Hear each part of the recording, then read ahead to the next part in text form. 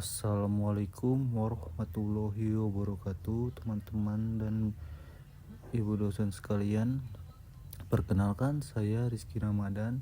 Di sini saya akan mempresentasikan materi tentang arsitektur manajemen pengetahuan. Jadi, apa itu arsitektur manajemen pengetahuan? Di arsitektur manajemen pengetahuan ini, yang dibahas adalah gambaran tentang komponen, kemampuan, dan hubungan antar elemen yang mendukung penerapan knowledge management agar selaras dengan visi, misi, serta tujuan strategis perusahaan.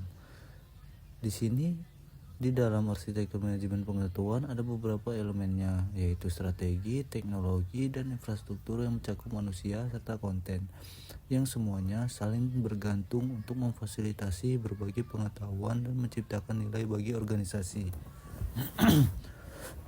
Seperti yang kita bilang sebelumnya, berikut adalah gambar infrastruktur arsitektur manajemen pengetahuan.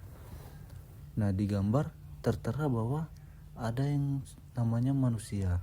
Jadi manusia itu berperan sebagai sumber utama pengetahuan berupa karyawan, manajer, pelanggan, dan pemasok.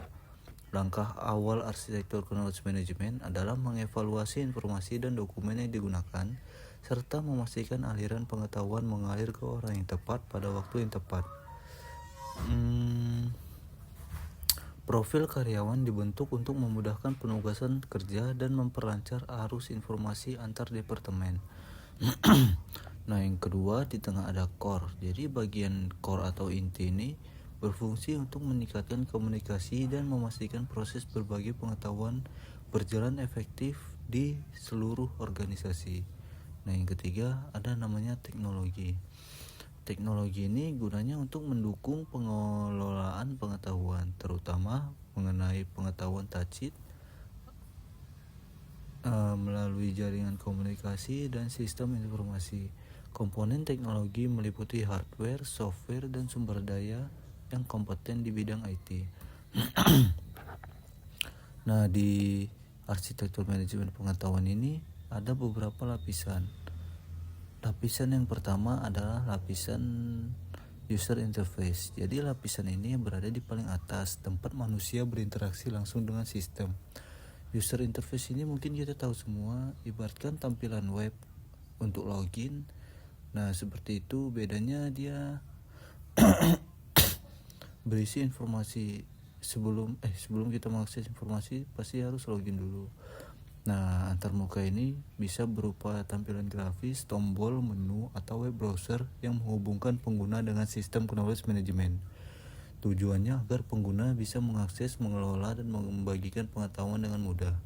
Jadi user interface ini harus mudah digunakan dan dinavigasi, dan jelas secara visual, konsisten, dan membantu aliran pengetahuan tacit atau pengalaman serta eksplisit atau data tertulis.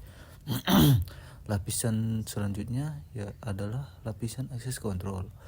Kalau tadi kita di user interface itu harus login, di access control ini kita yang ngatur siapa aja yang bisa login.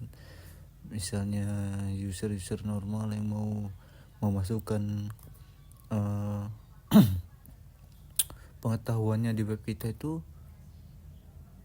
nggak bisa sembarangan, harus punya akses dari kita, minta akses dari lapisan ini, harus disetting di lapisan ini. Jadi lapisan ini fungsinya untuk menjaga keamanan sistem knowledge management. Jadi dia memastikan bahwa hanya orang yang berwenang yang bisa mengakses pengetahuan dalam repositori. Akses dilakukan melalui intranet, internet, atau extranet dengan dukungan keamanan seperti password dan firewall. Nah, yang ketiga itu ada namanya lapisan kolaboratif intelligence dan filtering, lapisan kolaborasi dan penyaringan. Jadi lapisan ini berperan untuk memfasilitasi kerjasama dan penyaringan informasi. Sistemnya akan membantu pengguna menemukan pengetahuan yang relevan, mengelola informasi berlebih, dan mendukung kolaborasi antar individu atau tim agar berbagi ilmu menjadi lebih efektif. Jadi di lapisan ini gunanya untuk memfasilitasi kerjasama atau penyaringan informasi, itu intinya ya. Yang keempat ada namanya knowledge application layer. Biasa disebut sebagai lapisan value add karena Disinilah pengetahuan diubah menjadi nilai atau keunggulan kompetitif bagi organisasi, seperti basis pengetahuan, forum diskusi, sistem pendukung keputusan, dan alat otomatisasi kerja. Lapisan ini membantu karyawan bekerja lebih cerdas, cepat, atau efektif. Yang kelima, ada transport layer atau lapisan transportasi. Lapisan ini mengatur jaringan komunikasi agar pengetahuan bisa ditransfer dengan lancar antar sistem dan pengguna, mencakup LAN, WAN, intranet, extranet, dan internet.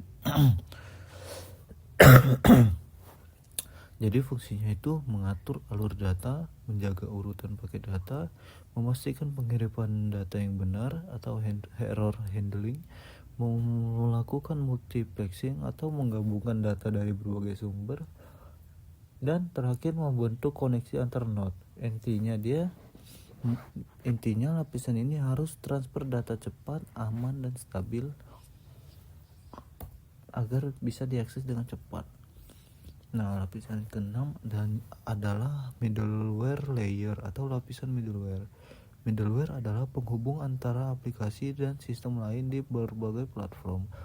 Lapisan ini memungkinkan sistem lama dan baru saling terhubung serta mendukung komunikasi antar platform, seperti antara server aplikasi dan server web. Nah, di middleware ini kalau berdasarkan penjelasannya mungkin server aplikasi dan server web itu kan berbeda. Jadi server aplikasi itu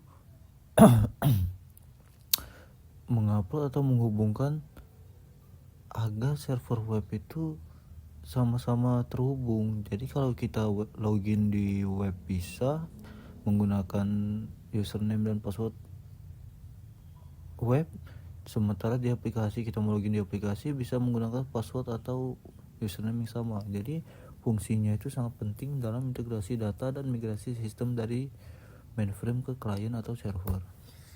Nah, yang terakhir ada repository layer. Ini merupakan lapisan paling bawah, tempat penyimpanan seluruh pengetahuan organisasi yang berisi database, gudang data, aplikasi lama, dan sistem keamanan serta manajemen lalu lintas data. Kalau misalnya tadi di user interface itu tempat kita memasukkan data atau melihat segala informasi mengenai pengetahuan ini, nah di lapisan repository ini berisi tentang database. Semua data di website kita itu disimpan di sini. Kalau kita mau mengakses dari user interface akan meminta data, akan mengambil sumbernya dari repository layer ini karena semua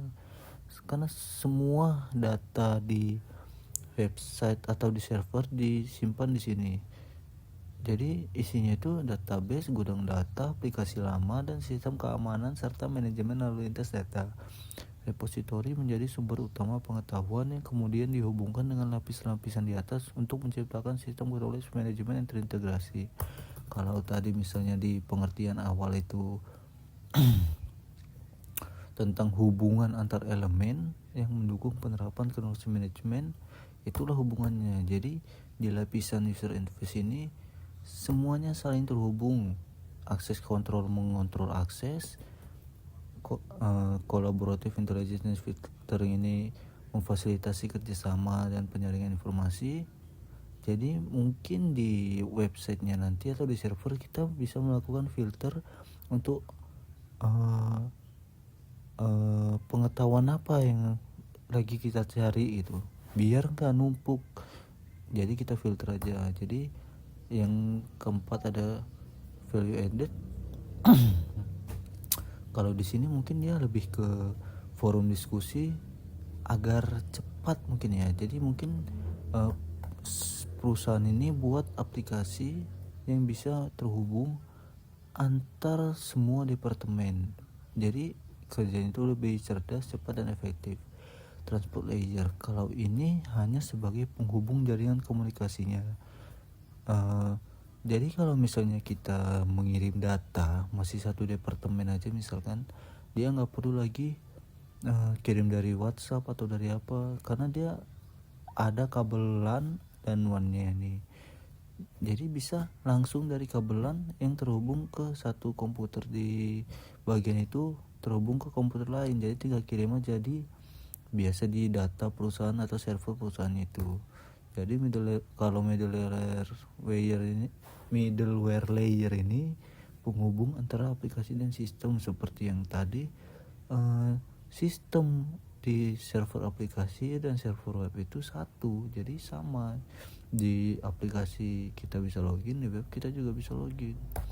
Nah, seperti itu tadi. Dan semua dari 1, 2, 3, 4, 5, 6 ini disimpan di repository layer.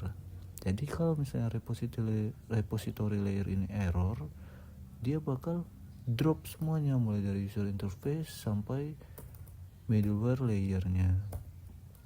Jadi kesimpulannya, arsitektur knowledge management itu dibangun seperti tumpukan berlapis, mulai dari user interface, access control, collaborative layer, knowledge application, transport, middleware, dan repository.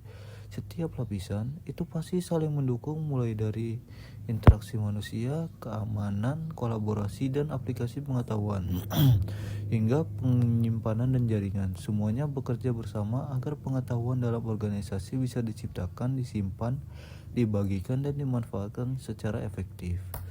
Sekian dan terima kasih.